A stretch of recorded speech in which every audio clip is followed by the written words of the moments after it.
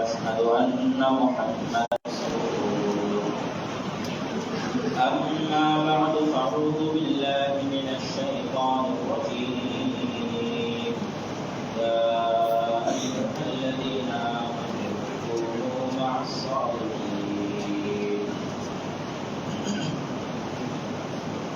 وقال تعالى في كلامه المجيد: لله ملك السماوات والأرض يخلق ما يشاء يهب لمن يشاء إناثا ويهب لمن يشاء الذكور. যাবতীয় প্রশংসা হামদ সানা মহাপরাক্রমশালী আল্লাহ সুবহানাহু ওয়া তাআলার জন্য সকলেই আলহামদুলিল্লাহ। দরুদ ও সালাম বর্ষিত হোক পৃথিবীর সর্বশেষ এবং সর্বশ্রেষ্ঠ রাসূল আহমদ মুহাম্মদ মুস্তাফা সাল্লাল্লাহু আলাইহি ওয়াসাল্লাম। সম্মানিত উপস্থিতি, আজকের অত্র মসজিদের সংক্ষিপ্ত জীবনকথায় আমরা দুটি বিষয়ে আলোকপাত করার চেষ্টা করব। একটি হচ্ছে আমাদের শিক্ষা কারিকুলাম বা শিক্ষা সিলেবাস সংস্কার কেন্দ্রিক, আর আরেকটি হচ্ছে ইসলামের সকল বিধিবিধানের মৌলিক ভিত্তি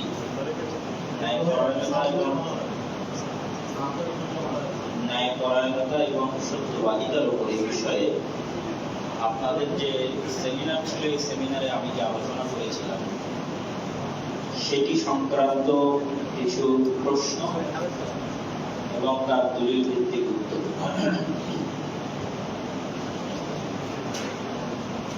প্রথমত, শিক্ষা এবং জ্ঞান ইসলামের অপর নাম, এবং ইসলামের অপর নাম এই জন্য যে ইসলাম এসেছে জাহিলিয়াতের মূর্খতাকে দূর করার জন্য। যেহেতু জাহিলিয়াতের মূর্খতাকে ইসলাম দূর করবে, তাহলে বাই ডিফল্ট ইসলাম জ্ঞান, কেননা মূর্খতাকে তো একমাত্র জ্ঞানই দূর করতে পারে। তো মক্কার সেই জাহিলি যুগের মূর্খতা এবং অজ্ঞতাকে দূর করেছে ইসলাম, মানে জ্ঞান দূর করেছে, প্রকৃত এবং সঠিক জ্ঞান। আর আল্লাহ সুবহানাহু তাআলার এক অনন্য গুণ হচ্ছে তিনি আলিম, মহাজ্ঞানী। আলিমুম বিযাতিস সুদূর, এত জ্ঞানী যে মানুষের অন্তরের খবর পর্যন্তও তিনি জানেন। এত জ্ঞানী যে পূর্বের এবং পরের সকল জ্ঞান তার নিকটে রয়েছে, অদৃশ্যের জ্ঞান তার নিকটে রয়েছে। জ্ঞান যেহেতু আল্লাহ সুবহানাহু তাআলার গুণ, তার মানে জ্ঞান কি খারাপ কিছু না ভালো কিছু? ভালো কিছু। আল্লাহ সুবহানাহু তাআলা দয়ালু, তার মানে দয়া করা মন্দ না ভালো? ভালো। আল্লাহ সুবহানাহু তাআলা রিজিক দাতা, তার মানে আরেকজনকে খাওয়ানো ভালো কাজ না মন্দ কাজ? ভালো কাজ। কেন মন্দ হলে এত আর এগুলো আল্লাহর গুণ হতো না।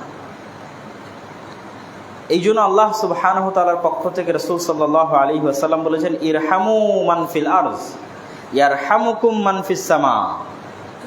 তোমরা আল্লাহর দয়া চাও, তো আল্লাহ তো দয়ালু, এটা তোমরা সবাই জানো, এই জন্য তোমরা আল্লাহর দয়া চাও। তো তোমরা কয়জন আরেকজনের উপর দয়া করো? অতএব তোমরা শুরু করো, এটি দিয়ে শুরু করো যে তোমরা দুনিয়ার মানুষের প্রতি দয়া করবে, তাহলে যিনি আসমানে আছেন উনি তোমাদের প্রতি দয়া করবে। বলেন আল্লাহু আকবার। তাহলে জ্ঞান আল্লাহ সুবহানাহু তাআলার গুণ, মানে জ্ঞানী হওয়া ভালো। আল্লাহ সুবহানাহু তাআলার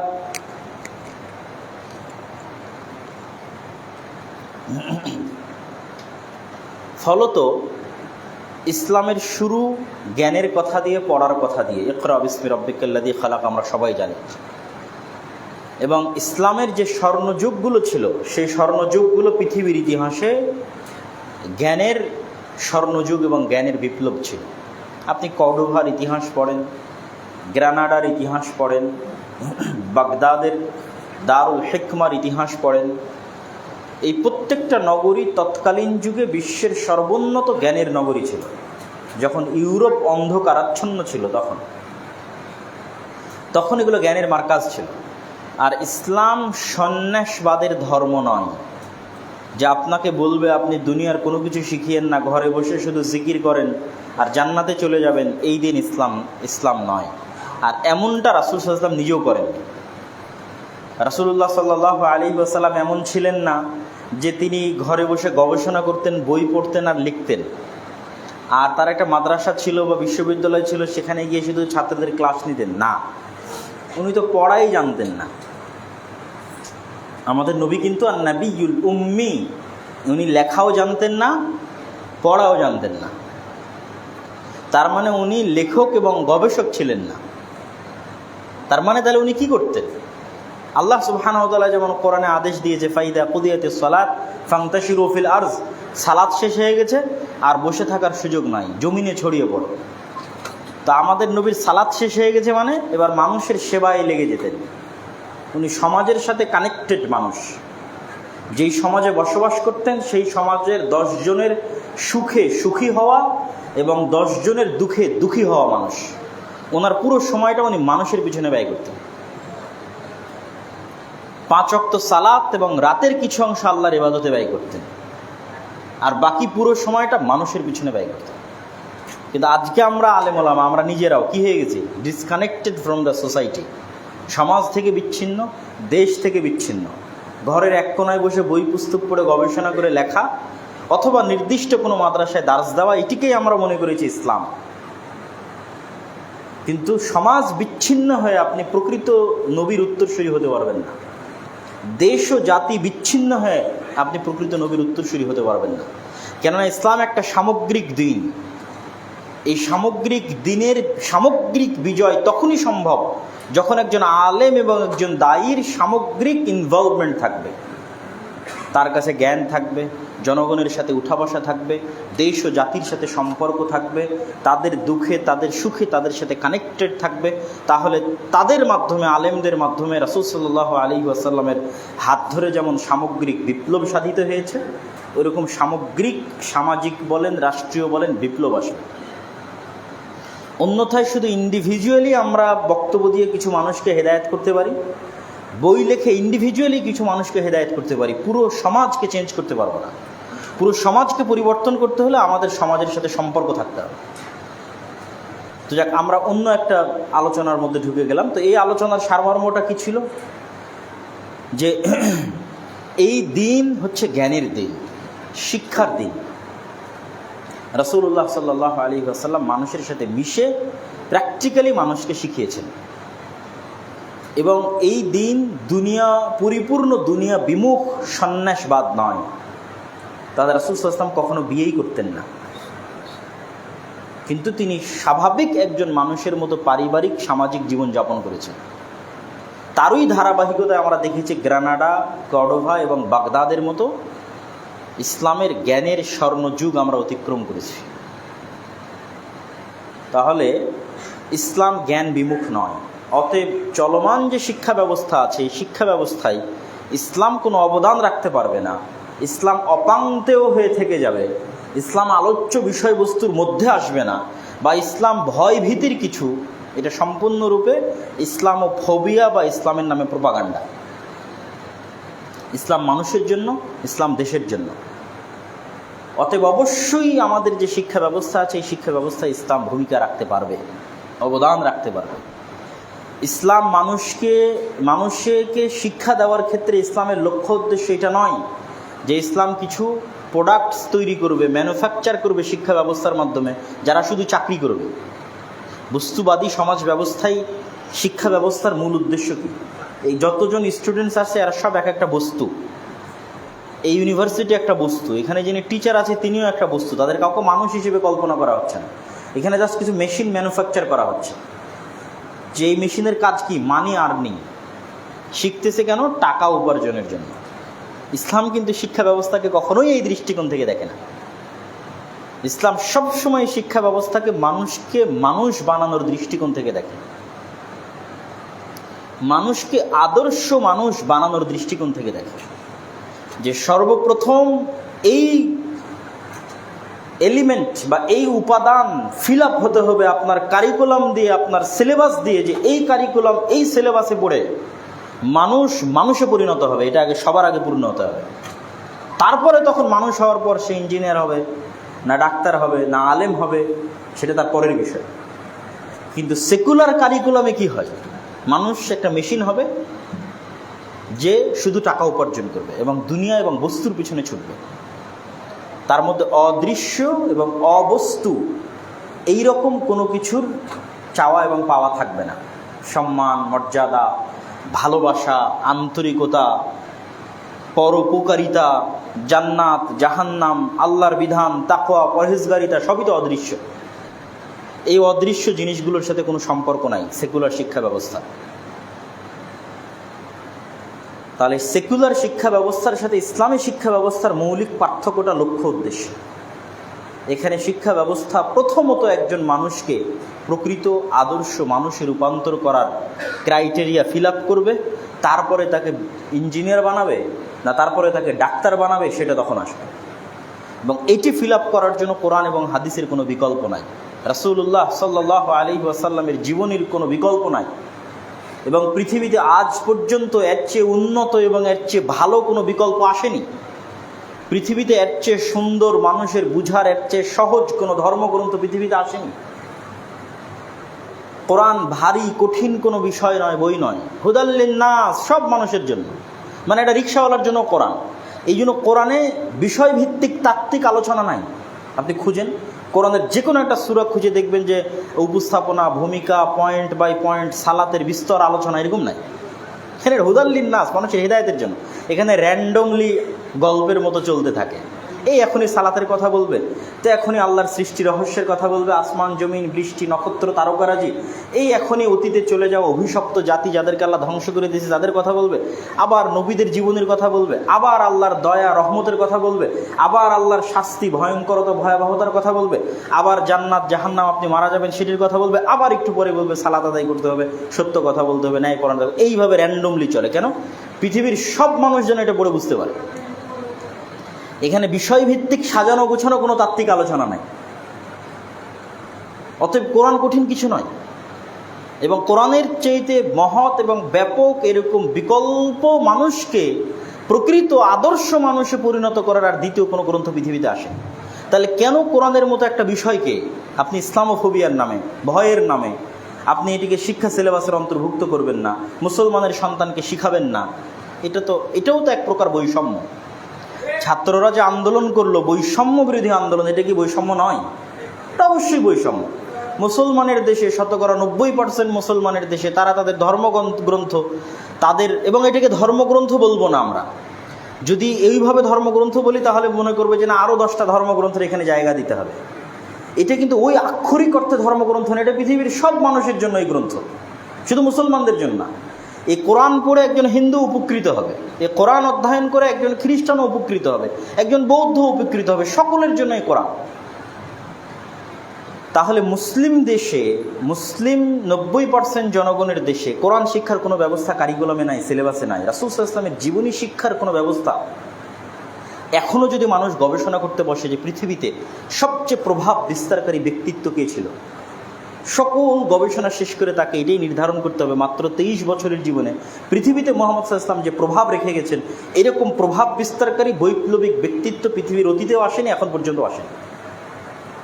কার্ল মার্কস, লেনিন, মাও সেতুং, এরকম হাজারো কার্ল মার্কস, হাজারো মাও সেতুং, হাজারো লেনিন, হাজারো আব্রাহাম লিঙ্কন মুহাম্মদ সাল্লাল্লাহু আলাইহি ওয়াসাল্লামের ধারে কাছেও যেতে পারবে না। তার আদর্শ, তার চরিত্র, তার বৈপ্লবিক চিন্তা ভাবনা, তার রাজনীতি, তার অর্থনীতি, তার রাষ্ট্র পরিচালনার নীতি, এর ধারে কাছেও যেতে পারবে না। তাহলে মুহাম্মদ সাল্লাল্লাহু আলাইহি ওয়াসাল্লামের জীবনী এবং কোরআন, এই দুটো অবশ্যই বাধ্যতামূলকভাবে শিক্ষা ব্যবস্থার অন্তর্ভুক্ত হওয়া উচিত বাংলাদেশে। পাশাপাশি যেই বিষয়গুলো এখন কৌশল করে অন্তর্ভুক্ত করানোর চেষ্টা করা হচ্ছে, দুইটা শব্দ ব্যবহার করার মাধ্যমে, একটা হচ্ছে ইনক্লুসিভ স্টেট, মানে অন্তর্ভুক্তিমূলক রাষ্ট্র, আর আরেকটা হচ্ছে জেন্ডার ডিসক্রিমিনেশন, লিঙ্গ বৈষম্য থাকা যাবে না। এই দুটো শব্দ এমন একটা ধোঁকাপূর্ণ মায়াজালের শব্দ, যার মধ্যে দিয়ে এমন কিছু অন্তর্ভুক্ত হয়ে যাবে শিক্ষা সিলেবাসের মধ্যে, রাষ্ট্রের মধ্যে, যেটা ভূমিকম্পের মতো ধ্বংস করে ছেড়ে দেবে আমাদের পরিবার ব্যবস্থা, আমাদের সমাজ ব্যবস্থা, সব কিছু। এই জন্য তারা সবসময় এই ধরনের পজিটিভ শব্দগুলো ব্যবহার করে। ইনক্লুসিভ স্টেট, অন্তর্ভুক্তিমূলক রাষ্ট্র, জেন্ডার ডিসক্রিমিনেশন, লিঙ্গ বৈষম্য। লিঙ্গ বৈষম্য বলার মাধ্যমেই নিয়ে আসবে যে এখানে থার্ড জেন্ডার বা তৃতীয় লিঙ্গের অধিকার আছে, মানুষ চাইলে তার লিঙ্গ পরিবর্তন করতে পারে, তার অধিকার আছে। নাউযুবিল্লাহি মিন যালিক। ইনক্লুসিভ স্টেট, অন্তর্ভুক্তিমূলক রাষ্ট্র, এই অন্তর্ভুক্তিমূলক রাষ্ট্রে সবাইকে জায়গা দিতে হবে, মানে যে একজন সমকামী তাকেও জায়গা দিতে হবে, যে LGBTQ বিশ্বাস করে তাকেও জায়গা দিতে হবে। বলেন নাউযুবিল্লাহ। এটি হলো অন্তর্ভুক্তিমূলক রাষ্ট্রের থিওরি। এই জন্য আল্লাহ সুবহানাহু ওয়া তাআলা কোরআন মাজিদে বলেছেন শয়তানের পক্ষ থেকে, আপনাদের এই সেমিনারে আমি শয়তানের উপর আলোচনা করেছিলাম, আল্লাহ বলেছেন ওয়ালা আমুরান্নাহুম ফালা ইউগাইয়িরুন্না খালকাল্লাহ। আল্লাহ বলছেন শয়তানের কথা, যে শয়তান বলছে আমি অবশ্যই মানুষকে আদেশ করব যেন মানুষ তার সৃষ্টির মধ্যে পরিবর্তন ঘটায়। আল্লাহ বলছেন শয়তান বলছে, চেষ্টা করবে যে মানুষ যেন তার নিজের সৃষ্টির মধ্যে পরিবর্তন ঘটায়। আল্লাহ সুবহানাহু ওয়া তাআলা মানুষকে সবচেয়ে সম্মানী, সবচেয়ে সুন্দর করে সৃষ্টি করেছেন। খালাকনাল ইনসানা ফি আহসানি তাকওয়িম। সবচেয়ে সুন্দর আকৃতি এবং সবচেয়ে সুন্দর শেপ দিয়ে আল্লাহ মানুষকে সৃষ্টি করেছে। আর এটি হচ্ছে শয়তানের অসহ্য। শয়তান চায় মানুষকে তার মনুষ্যত্বের জায়গা থেকে নিচে নামিয়ে আনতে। আর এই মনুষ্যত্বের জায়গা থেকে নিচে নামিয়ে আনার জন্য মানুষ যেন তার সৃষ্টির মধ্যে পরিবর্তন ঘটায়, এটি ব্যাপক ভূমিকা রাখে। মানুষ ছেলে হিসেবে মেয়ের অভিনয় করবে, মেয়ে হিসেবে ছেলের অভিনয় করবে, আল্লাহ সুবহানাহু ওয়া তাআলার দেওয়া স্বাভাবিক চেহারা আকৃতির বিকৃতি ঘটাবে। এগুলো প্রত্যেকটাই তাকে মানুষের জায়গা থেকে নিচে নামিয়ে আনে। কোন জায়গায় নামিয়ে আনে? যেই জায়গায় ফেরাউনও ছিল না, মানে ফেরাউনের অতটুকু আত্মমর্যাদা আত্মসম্মান ছিল, আবু জাহাল, আবু লাহাব, নমরুদের অতটুকু আত্মমর্যাদা আত্মসম্মান ছিল যে তারা পুরুষের জায়গা থেকে অন্তত নিচে নামে। তাদেরকে আল্লাহ যেই সৃষ্টির উপর সৃষ্টি করেছে ওই সৃষ্টির উপর থেকেছে, কিন্তু অহংকারের কারণে তাদের ধ্বংস হয়ে গেছে। কিন্তু আপনি বা আমাদের কোনো সন্তানেরা যদি এই ধরনের থিঙ্কিং লালন করে এবং এই ধরনের জিনিস যদি সিলেবাসে ঢোকানো হয়, তাহলে তার মনুষ্যত্বটা, তার আত্মমর্যাদা আত্মসম্মানটা ফেরাউনের চাইতেও নিম্ন পর্যায়ের, নমরুদের চাইতেও নিম্ন পর্যায়ের, আবু জাহালের চাইতেও নিম্ন পর্যায়ের, মানুষের জায়গা থেকে নিচে নেমে যাবে। আর এটা শয়তান চায় যে এটা হোক, সংঘটিত হোক। তাহলে লিঙ্গের ক্ষেত্রে সমাধান কি? লিঙ্গের ক্ষেত্রে ইসলামের স্পষ্ট বক্তব্য, কোরআনের আল্লাহ সুবহানাহু ওয়া তাআলা এই বিষয়ে আয়াত অবতীর্ণ করে স্পষ্ট করে দিয়েছেন। লিল্লাহি মুলকুস সামাওয়াতি ওয়াল আরজ, আসমান এবং জমিনে একচ্ছত্র রাজত্ব আল্লাহর। ইয়াখলুকু মা ইয়াশা, আল্লাহ যা ইচ্ছা তাই সৃষ্টি করতে পারে। যেমন পিতা ছাড়া ঈসা আলাইহিস সালাতু ওয়াস সালামকে সৃষ্টি করেছে, পিতা এবং মাতা ছাড়া আদম আলাইহিস সালাতু ওয়াস সালামকে সৃষ্টি করেছে। ইয়াখলুকু মা ইয়াশা, যা ইচ্ছা তাই সৃষ্টি করতে পারে। ইয়াহাবু লিমান ইয়াশাউ ইনাসাও ওয়া ইয়াহাবু লিমান ইয়াশাউ যুকুর, আল্লাহ যাকে ইচ্ছা তাকে কন্যা সন্তান দান করেন, যাকে ইচ্ছা তাকে পুরুষ সন্তান দান করেন। শেষ। এই দুটেই লিঙ্গ আল্লাহ নির্ধারণ করে দিয়েছে মানুষের জন্য, যে আল্লাহ সুবহানাহু ওয়া তাআলা যাকে চান কন্যা সন্তান দান করেন, যাকে চান পুরুষ সন্তান দান করেন। এর বাইরে ইসলামের তৃতীয় লিঙ্গের কোনো অস্তিত্ব নাই। তাহলে আপনি বলবেন হিজড়াদের কি হবে?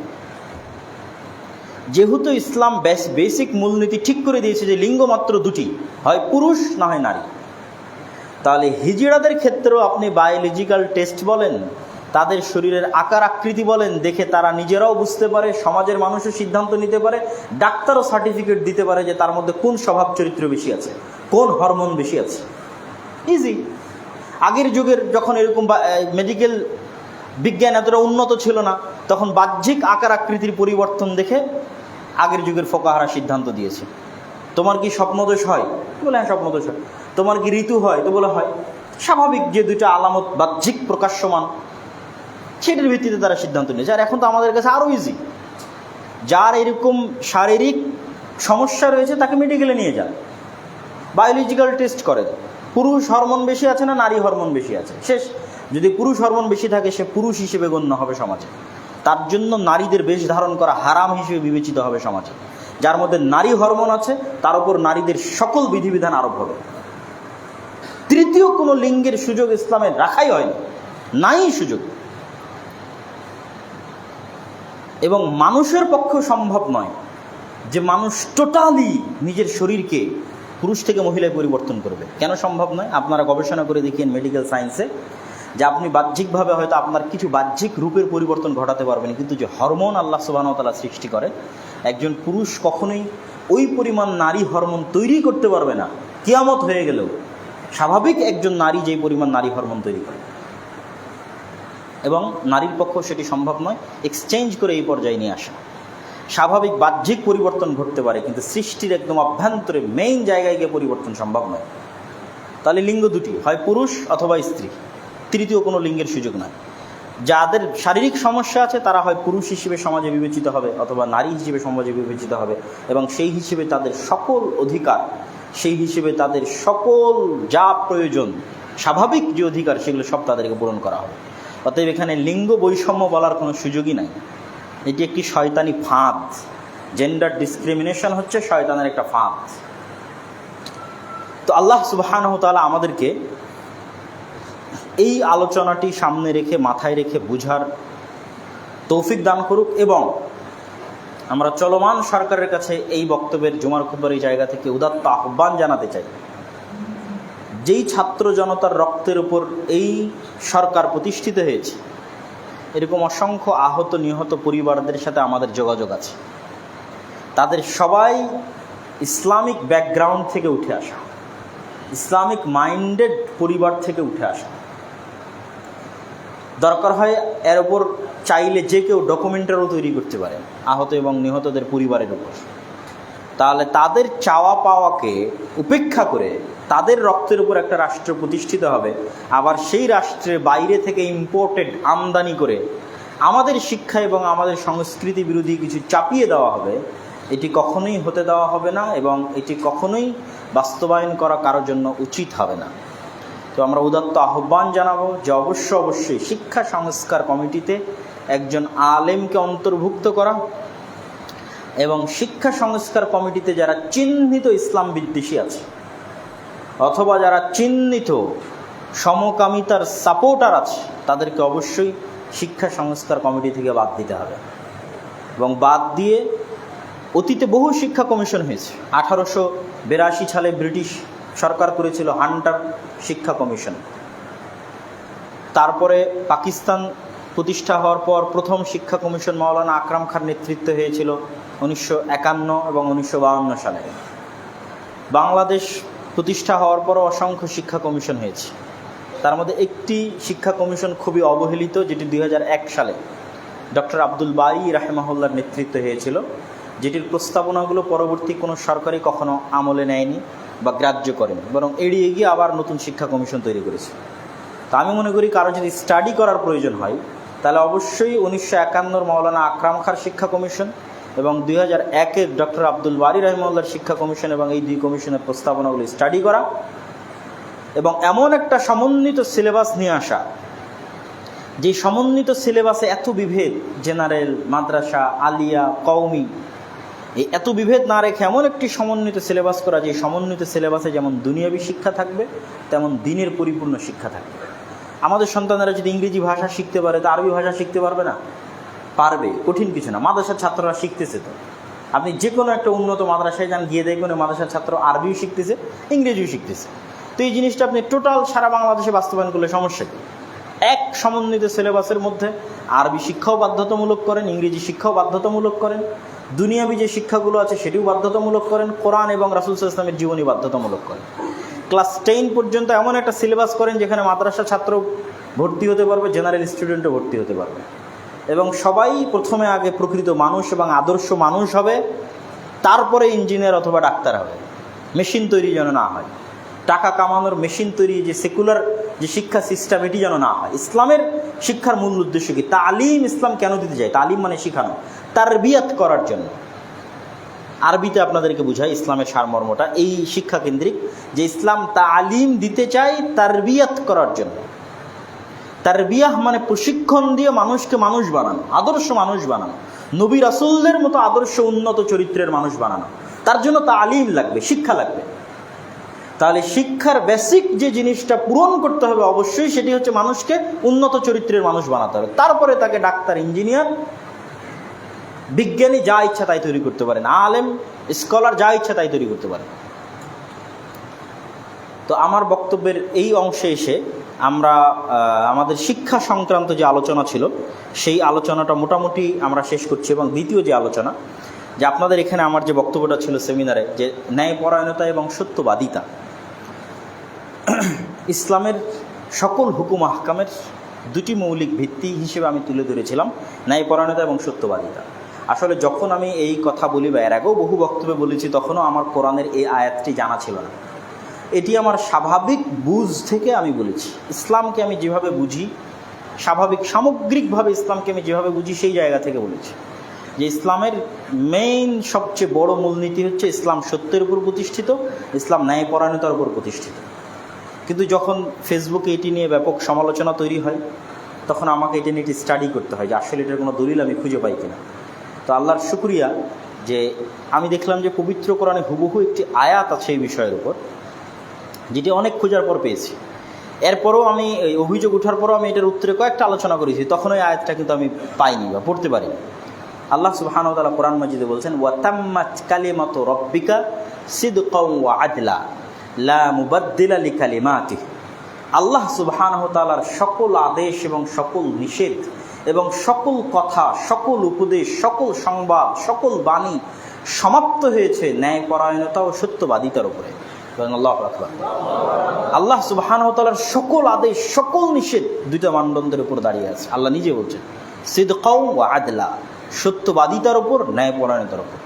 লা মুবাদ্দিলা লিকালিমাতিহি, আর আল্লাহ সুবহানাহু ওয়া তাআলার কথার কোনো চেঞ্জিং এবং পরিবর্তন নাই। তাহলে বোঝা গেল যে আমি তাওহীদের কথা বলি, অথবা সালাতের কথা বলি, অথবা চুরি করলে হাত কাটার কথা বলি, অথবা পিতার সম্পত্তিতে নারীর ভাগের কথা বলি, যা আদেশ নিষেধ আল্লাহ কোরআনে এবং হাদিসে দিয়েছে, রাসূল সাল্লাল্লাহু আলাইহি ওয়াসাল্লাম দিয়েছে, তার প্রত্যেকটাই দুইটা মানদণ্ডের উপর দাঁড়িয়ে আছে, সত্যবাদিতা এবং ন্যায়পরায়ণতা। এবং আপনি যখন ইসলামকে আরও গভীরভাবে স্টাডি করবেন, তখন দেখবেন যে এটি আপনার কাছে আরও সুন্দরভাবে ধরা দেবে। যেমন লা ইলাহা ইল্লাল্লাহ, এই কালেমার অর্থ কী? সব আলেম ওলামা এই কালেমার অর্থ লিখেছে লা মা'বুদা বিহাক্কিন ইল্লাল্লাহ, পৃথিবীতে ইবাদতের যোগ্য সত্য কোনো মা'বুদ নেই আল্লাহ ব্যতীত। এই যে সত্যটা চলে আসলো, মানে আল্লাহ ইবাদতের যোগ্য হওয়ার ক্ষেত্রে একমাত্র সত্য, আর বাকি যাদের আমরা ইবাদত করছি এরা সবাই কি মিথ্যা। তাহলে 2 নম্বর এবার এর সাথে যুক্ত করেন যে আল্লাহ ইবাদতের যোগ্য, এই ক্ষেত্রে মানুষের পক্ষ থেকে তিনি ইবাদত পাবেন, এটি ন্যায়। আর আল্লাহ ব্যতীত মানুষ অন্য কারো ইবাদত করবে, সেটি অন্যায়, মানে ন্যায়পরায়ণতার বাইরে। আল্লাহ একমাত্র যোগ্য। এই জন্য আল্লাহ কোরআনে বলেছে যে ইন্না শিরকা লাযুলমুন আযীম, শিরকে আল্লাহ গুনাহ, মানে যামবুন আরবি শব্দ গুনাহ এভাবে বলেনি, বলেছে জুলম, অত্যাচার। শিরক হচ্ছে অত্যাচার, জুলম অন্যায়। কিন্তু মানুষের জন্য এটিই ন্যায় যে মানুষ ইবাদত করবে তার, যে তাকে সৃষ্টি করেছে, এটিই ন্যায়। আর এটিই সত্য যে আল্লাহ সুবহানাহু ওয়া তাআলা মানুষকে সৃষ্টি করেছে এবং তিনি ইবাদত পাওয়ার যোগ্য। তাহলে আল্লাহর সাথে মানুষের সত্যবাদিতা এবং মানুষের ন্যায়পরায়ণতার 1 নম্বর যে কাজ, সেটি হচ্ছে তাওহীদ। এটিই সত্য এবং এটিই ন্যায়, আর এর বাইরে গেলে সেটি মিথ্যা এবং অন্যায়। ঠিক এভাবে আপনি ইসলামের প্রতিটা বিধিবিধানের মধ্যে যাবেন, দেখবেন এভাবেই সব জায়গাতে আপনি সত্যবাদিতা এবং ন্যায়পরায়ণতাকে আবিষ্কার করবেন, যে পুরো ইসলাম দুটি জিনিসের উপর দাঁড়িয়ে আছে। আল্লাহ নিজে সত্যবাদী এবং ন্যায়পরায়ণ, পৃথিবীতে যত নবী রাসূল পাঠিয়েছেন সব সত্যবাদী এবং ন্যায়পরায়ণ, আর ইসলামের যত বিধিবিধান আছে সকল বিধিবিধান ন্যায়পরায়ণতা এবং সত্যবাদিতার মানদণ্ডে দাঁড়িয়ে আছে। এই জন্য আল্লাহ সুবহানাহু ওয়া তাআলা কোরআন মাজিদে বলছেন, ইয়া আইয়ুহাল্লাযীনা আমানুত্তাকুল্লাহ ওয়া কুনু মা'আস সাদিকিন, হে ইমানদারগণ, তোমরা আল্লাহকে ভয় করো এবং সত্যবাদীদের অন্তর্ভুক্ত হও। সত্যবাদী মানে কি? সকল ক্ষেত্রে সত্যবাদী, আল্লাহর সাথে সত্যবাদী, নবীর সাথে সত্যবাদী।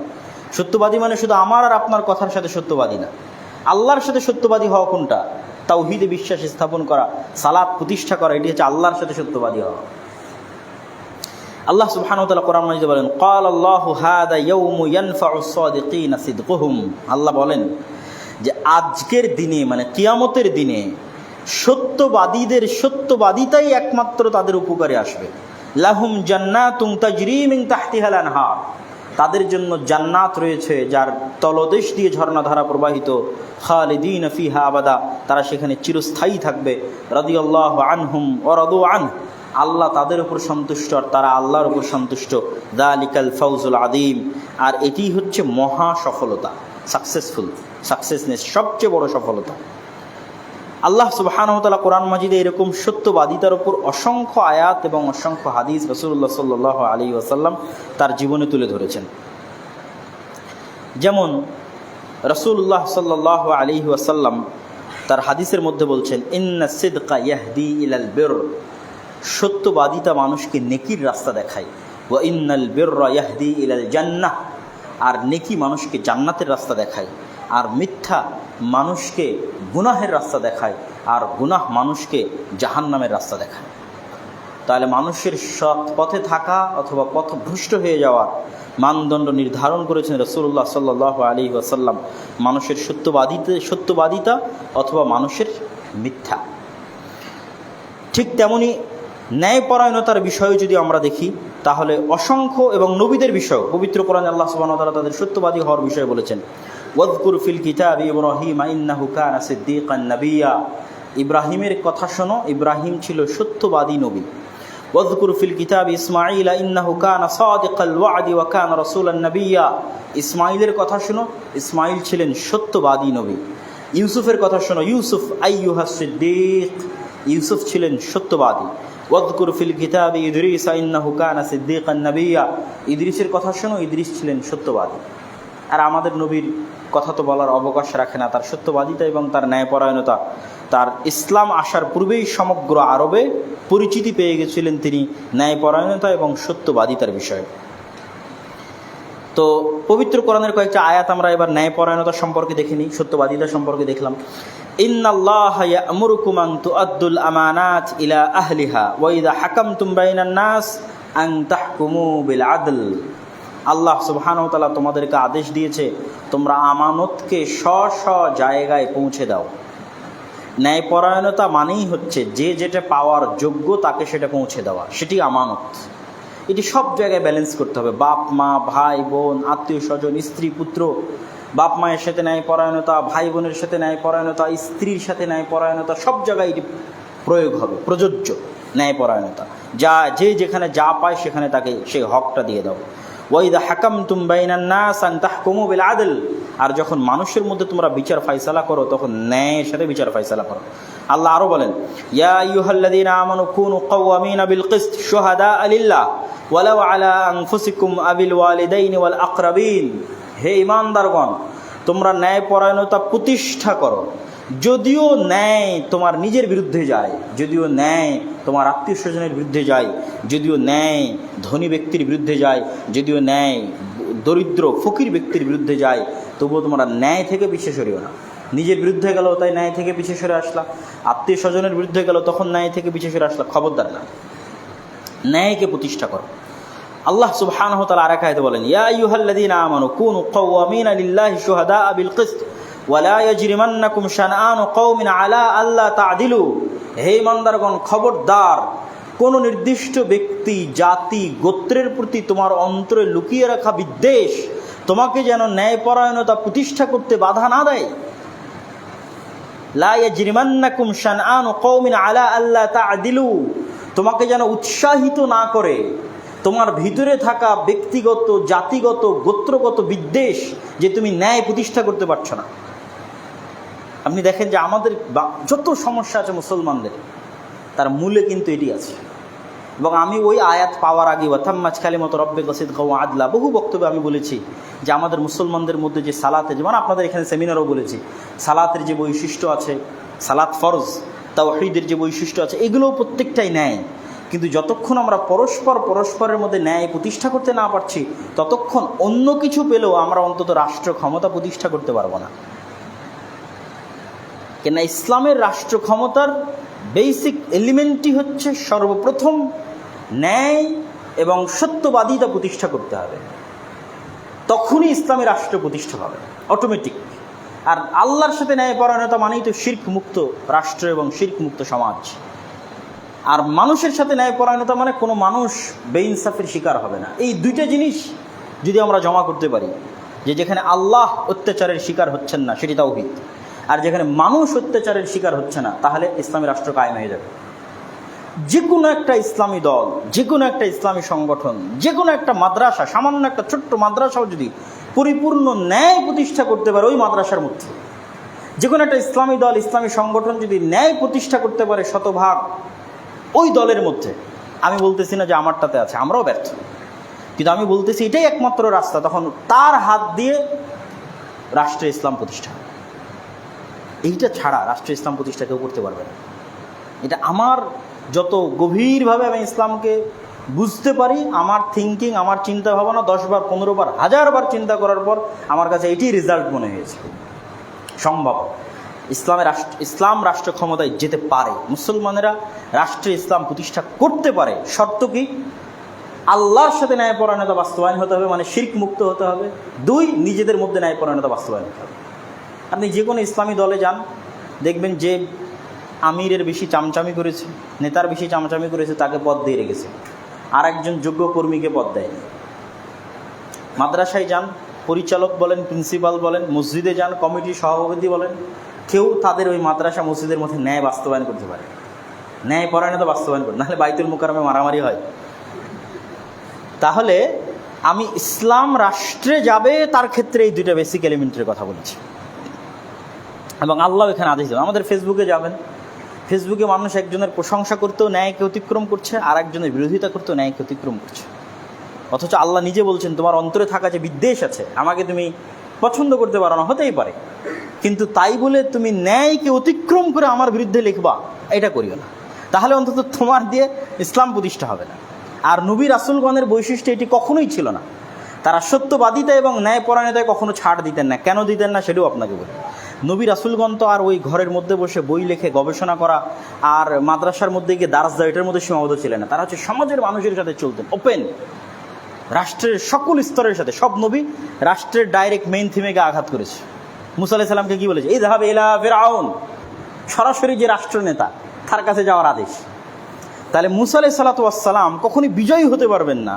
উনি তো আর মসজিদের কোনায় বসে ইবাদত করছেন না, অথবা ঘরে বসে বই লিখছেন না। উনি ন্যায় এবং সত্যবাদিতা ছাড়া ফিরআউনকে পরাজিত করবে কীভাবে?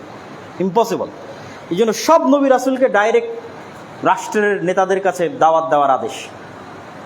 তাহলে নবী রাসূলদেরকে বাই ডিফল্ট সত্যবাদী ন্যায়পরায়ণ হতে হবে। কেন? আর একটু খুলে বলি। ধরেন আবু সুফিয়ান ইসলাম গ্রহণ করতে চাচ্ছে রাদিয়াল্লাহু তাআলা আনহু, ওমর রাদিয়াল্লাহু তাআলা আনহু ইসলাম গ্রহণ করতে চাচ্ছে। এখন আমাদের নবী মুহাম্মদ সাল্লাল্লাহু আলাইহি ওয়াসাল্লাম তার ইসলাম গ্রহণ করার পূর্বেই আবু সুফিয়ান এবং ওমর রাদিয়াল্লাহু তাআলা আনহুর সাথে এমন আচরণ করে রেখেছে, যেই আচরণে আবু সুফিয়ান ইসলাম গ্রহণ করতে চাইলে আল্লাহর নবী লজ্জা পাবে। বুঝেননি মনে হয় আমার কথা? যেমন আপনি আমাদের ফেসবুকের কথাই দেখেন, যে আমার সাথে বা আমাদের এরকম মানুষজনের সাথে একদল মানুষ যে ধরনের আচরণ করতেছে, সে কিন্তু পরবর্তীতে আমার কাছে এসে লজ্জা পাবে, আমার কাছে আসতে লজ্জা পাবে। বা আমি যদি এমন কোনো নেগেটিভ আচরণ করি তাহলে কিন্তু আমি তার কাছে যেতে লজ্জা পাবো। তাহলে একজন নবী হিসেবে যে উম্মতের কাছে প্রেরিত হয়েছে, ওই উম্মতের সাথে যদি খারাপ আচরণ করে, কোনো প্রকার অন্যায় সংঘটিত করে বা কোনো প্রকার মিথ্যার আশ্রয় নেয়, তাহলে ওই মানুষটার পরবর্তীতে নবীর হাতে কেমনে ইসলাম গ্রহণ করবে? এই জন্য নবী রাসূলরা কোনো দিন চুল পরিমাণ সত্যবাদিতাতে ছাড় দিতে পারেন না, ন্যায়পরায়ণতাতে ছাড় দিতে পারেন না। এই জন্য এমন দায়ী লাগবে, এমন আলেম লাগবে, এমন মাদ্রাসা লাগবে, এমন ইসলামী দল সংগঠন লাগবে যারা অন্তত এই 2টা বেসিক এলিমেন্টে কখনো ছাড় দিবে না, সত্যবাদিতা এবং ন্যায়পরায়ণতা। তাহলে তাদের হাত দিয়ে আল্লাহ রাষ্ট্রে ইসলাম প্রতিষ্ঠা করে দিবে। রাষ্ট্রে ইসলাম শুধু স্বাভাবিক আমরা সালাত আদায় করলাম বা স্বাভাবিক আমরা সিয়াম পালন করলাম এটি দিয়ে সম্ভব না। আমি এটি বুঝাতে চেয়েছি। অবশ্যই সালাত দিয়ে, সিয়াম দিয়ে মানুষ জান্নাতে চলে যাবে। অবশ্যই শিরক মুক্ত থাকলে আল্লাহ মানুষকে জান্নাত দিয়ে দিবে। অবশ্যই মানুষের সাথে সংক্রান্ত যে গুনাহ আছে, এই গুনাহগুলোরও ক্ষমার রাস্তা আছে। আমি ক্ষমা চেয়ে নিলাম আপনার কাছ থেকে, যে ভাই আমি তোমার প্রতি অন্যায় করেছিলাম, তুমি আমাকে ক্ষমা করে দাও। ক্ষমার রাস্তা আছে, জান্নাতে যাওয়ার রাস্তা আছে।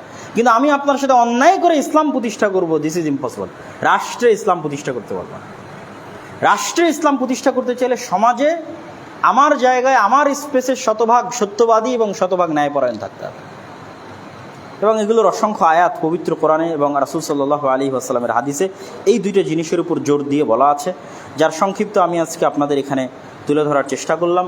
আল্লাহ সুবহানাহু ওয়া তাআলা আমাদেরকে যে দুইটা বিষয় আজকে আলোচনা করেছি, রাষ্ট্রের শিক্ষা সংস্কার আর দুই হচ্ছে ইসলামের যে বেসিক এলিমেন্ট ন্যায়পরায়ণতা এবং সত্যবাদিতা, এই বিষয়গুলো আল্লাহ সুবহানাহু ওয়া তাআলা মাথায় রেখে আমাদেরকে যতদূর সম্ভব পালন করার এবং পরিবর্তন নিয়ে আসার এবং সংস্কার করার তৌফিক দান করুক। আল্লাহুম্মা আমিন।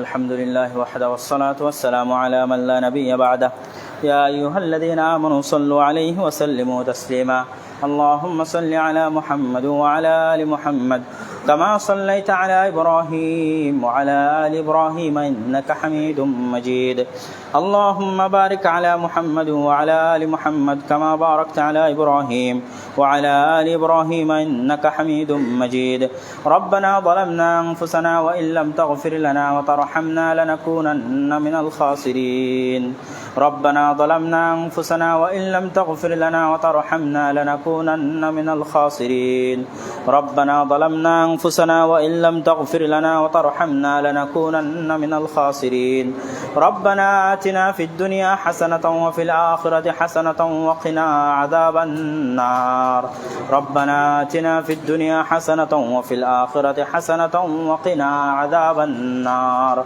ربنا آتنا في الدنيا حسنة وفي الآخرة حسنة وقنا عذاب النار رب ارحمهما كما ربياني صغيرا رب ارحمهما كما ربياني صغيرا رب ارحمهما كما ربياني صغيرا رب ارحمهما كما ربياني صغيرا اللهم انصر المسلمين المؤمنين المظلومين المجاهدين في فلسطين اللهم انصر المؤمنين المسلمين المظلومين المجاهدين في فلسطين اللهم انصر المؤمنين المسلمين المظلومين المجاهدين في فلسطين اللهم اخذل اليهود والنصارى والكفرة والمشركين اللهم اخذل اليهود والنصارى والكفرة والمشركين اللهم اخذل اليهود والنصارى والكفرة والمشركين اللهم اشف مرضانا ومرضى جميع المسلمين اللهم اشف مرضانا ومرضى جميع المسلمين